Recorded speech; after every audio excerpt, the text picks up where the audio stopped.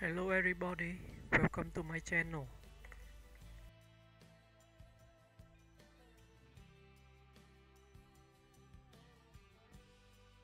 Norma Shearer, 1902 to 1983, was a groundbreaking Canadian-American actress who rose to prominence during Hollywood's golden age. Often referred to as the First Lady of MGM, Shearer was one of the most successful and influential actresses of the 1920s and 1930s. Known for her intelligence, elegance, and ability to navigate the shifting tides of early film history, she left a lasting legacy as both a star and a symbol of women's evolving roles in cinema. Early life and career beginnings. Born Edith Norma Shearer in Montreal, Quebec, she came from a financially comfortable family that experienced a downturn after her father's business failed. Undeterred, her mother supported Norma and her sister's ambitions in the performing arts. The family moved to New York, where Norma began as a model and extra in silent films before catching the attention of Irving Thalberg, the influential head of production at MGM. Silent film stardom to talkie triumph. Shearer's early roles in silent films often cast her as sweet ingenues, but she showed a keen ambition and adaptability. With the arrival of sound in film, a transition that ended many silent film careers, Shearer thrived. Her clear voice and sophisticated image helped her ascend to even greater stardom. Reinventing the modern woman. Shearer's career took a dramatic turn in the early 1930s, when she insisted on shedding her good girl image. With the support of Thalberg, who became her husband in 1927, she played bold, sexually liberated characters in a series of daring pre-code films such as The Divorcee, 1930, for which she won the Academy Award for Best Actress. These roles made her a feminist icon of her time, portraying women who demanded independence, sexual agency, and equality. Collaboration with Irving Thalberg. Her marriage to Irving Thalberg was a partnership in both life and art. While critics often accused her of benefiting unfairly from his influence, Shearer actively sought challenging roles and had a strong sense of how to shape her career. After Thalberg's death in 1936, Shearer's film choices became less impactful, though she remained a major box office draw for several more years. Later career and retirement. Shearer's later roles, including parts in Marie Antoinette, 1938, and The Women, 1939, were opulent and sophisticated but marked a retreat from the edgy modern woman she had portrayed earlier. By the early 1940s, sensing the changing tastes of the public and her own diminishing interest, Shearer retired from film after Her Cardboard Lover, 1942.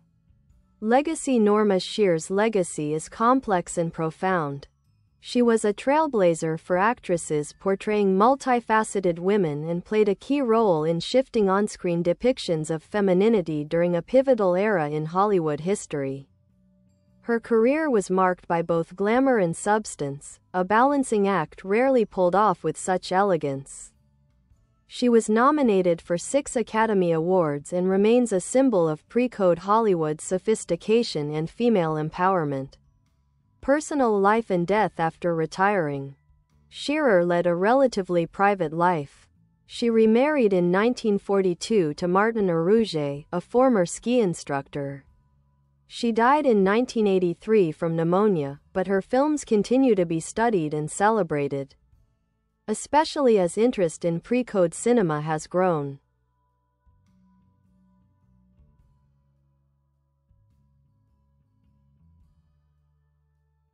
A deeper look at Norma Shearer. From Montreal to Metro-Goldwyn-Mayer. Norma Shearer's journey from a middle-class Canadian upbringing to the heights of MGM stardom was not preordained. As a child, Shearer suffered from a slight squint, which became a source of early rejection in the film industry. Rather than allow this to define her, she worked obsessively to mask it, mastering her angles in front of a mirror and cultivating a poise that would become her trademark. This determination foreshadowed the way she shaped her own career. Her break came after she moved to New York in the early 1920s. There, she appeared in several low-budget silent films before catching the attention of Louis B. Mayer, who signed her to MGM. It was there she met Irving Thalberg, the so-called boy wonder of Hollywood, and their relationship would become one of the most discussed alliances in studio history. Transformation and control. More than most actresses of her era, Shearer exerted a remarkable level of control over her image and career. In an industry dominated by men, she stood out for her assertiveness. She made bold choices at a time when women in Hollywood were often typecast or overlooked after reaching a certain age. Before the enforcement of the Hays Code in 1934, Shearer used her fame and influence to take on sexually complex and morally ambiguous roles that were shocking for their time. In A Free Soul, 1931, she portrayed a woman involved with a gangster, played by Clark Gable, while Riptide, 1934, saw her explore marital fidelity in a surprisingly mature and modern way. These films revealed an actress unafraid of controversy, eager to explore the inner lives of women. Marriage to Irving Thalberg, Myth vs. Reality. While Shearer was often accused of receiving preferential treatment because of her marriage to Thalberg, this narrative oversimplifies her role. Thalberg may have facilitated access to scripts and directors, but Shearer's performances and instincts were her own. She carefully selected her roles and insisted on high standards in costume, set design, and cinematography. After Thalberg's untimely death in 1936, MGM changed dramatically. The studio shifted toward new faces like Greer Garson and Lana Turner, while Shearer was seen as part of the old guard. Without Thalberg's behind-the-scenes support, she found fewer opportunities to expand her craft in meaningful ways. Final years in film and life after Hollywood. Her later work included prestigious productions such as Marie Antoinette, 1938, a lavish costume drama that showcased Shearer's dramatic range and garnered her another Oscar nomination. The Women, 1939, directed by George Cukor. This all-female ensemble cast film allowed Shearer to return to modern drama with style and dignity. After Her Cardboard Lover, 1942, a commercial and critical flop, Shearer retired quietly, refusing all offers for comebacks or interviews. Unlike many of her contemporaries, she chose to walk away from the spotlight at a time of her choosing. In her post-Hollywood life, Shearer enjoyed a long private marriage to Martin Arouget and remained close to her family and a small circle of friends. She never made a television appearance, gave interviews, or attended tributes. Her withdrawal added a layer of mystique to her legacy. Legacy and influence. Norma Shearer is often cited by film historians and scholars as a pioneer of sexual liberation on screen. At a time when women were rarely depicted as autonomous beings with sexual and emotional agency, Shearer's characters defied convention. She was unapologetically complex, and she demanded that the audience respect her choices, even when they were flawed. Her influence can be seen in later actresses who took control of their careers and images, such as Barbara Stanwyck. Bette Davis, who once praised Shearer's ability to choose intelligent roles, Meryl Streep, for her careful navigation of serious material and attention to character depth. Film critic Mick LaSalle, in his book Complicated Women, placed Shearer at the center of pre-code cinema, arguing that she did more to influence the sexual attitudes of American women than any woman of her time.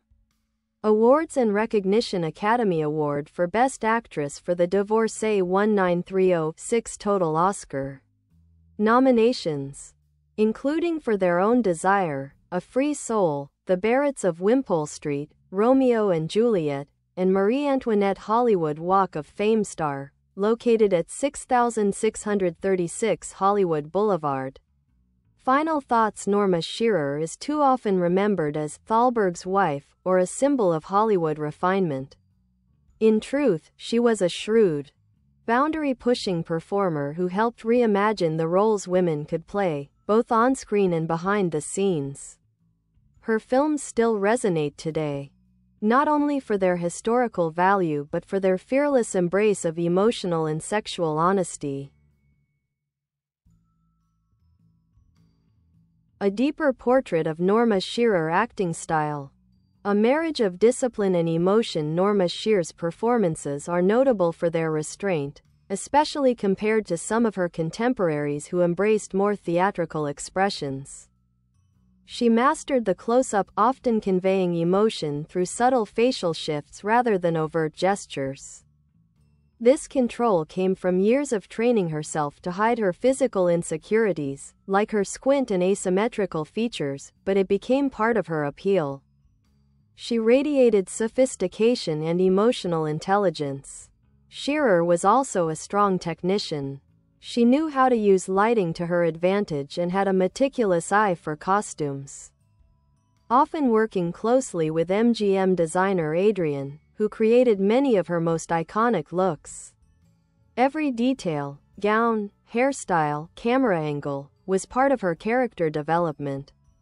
In this way, she helped define what a modern screen performance could be in an age transitioning from stagey silent acting to more intimate talkie techniques.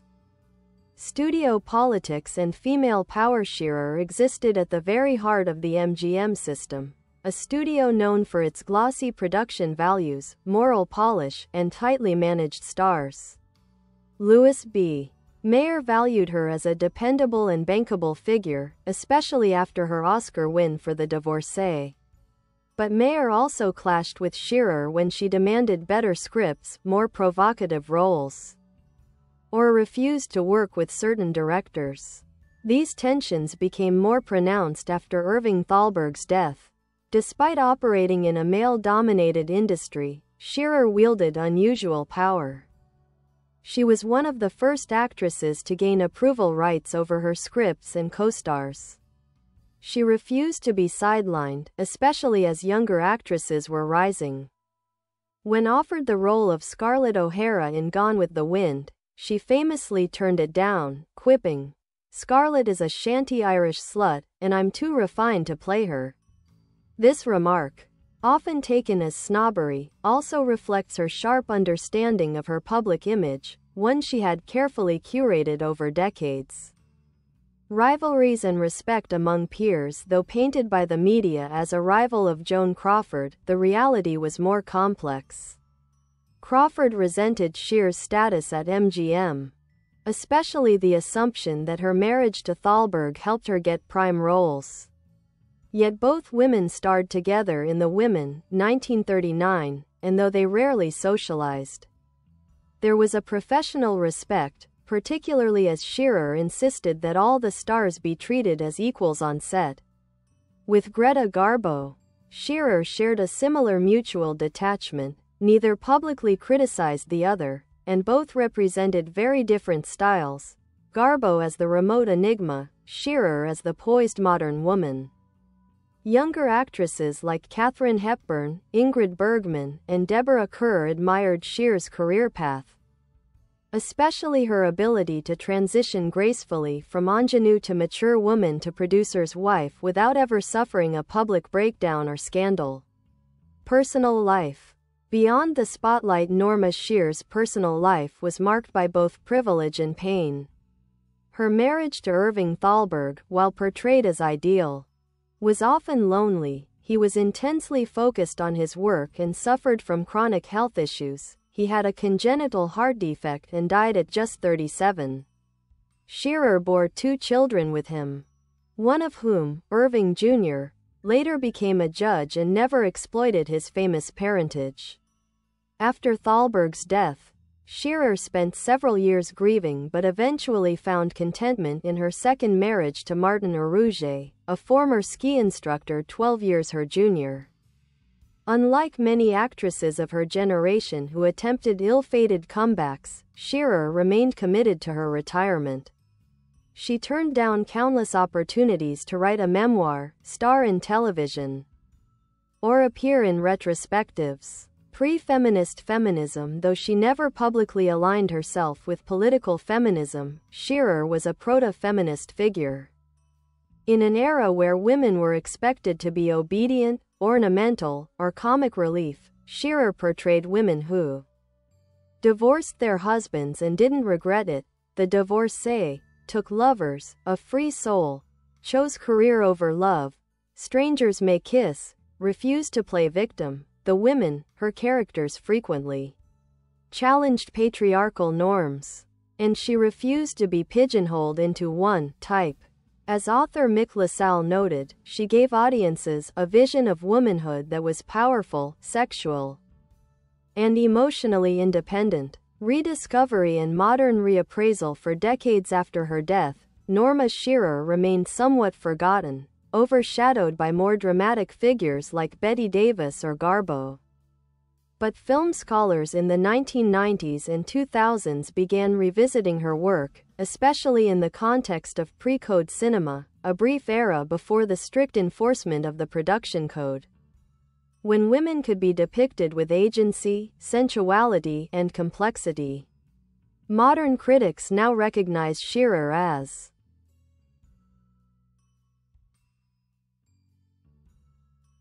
a central figure in the feminist lineage of film, a masterful actress whose subtlety prefigured more naturalistic performances, a pioneer who proved that female stars could shape their own narrative. Her films are now regularly featured in retrospectives at the TCM Classic Film Festival, Museum of Modern Art, MoMA, and the Academy Museum. Essential Norma Shearer films. Here's a recommended list for those exploring her legacy. The Divorcee, 1930, her most famous film and Oscar-winning performance. A Free Soul, 1931, with Clark Gable, groundbreaking for its sexual honesty. The Barretts of Wimpole Street, 1934, a more traditional but nuanced role. Romeo and Juliet, 1936, lavish, if slightly miscast, she was 34 playing Juliet. Marie Antoinette, 1938, a sumptuous biopic with a tragic arc. The Women, 1939, a career capstone and ensemble triumph. Strangers May Kiss, 1931, underrated and very modern in theme. Their Own Desire, 1929, showcases her early sound era presence.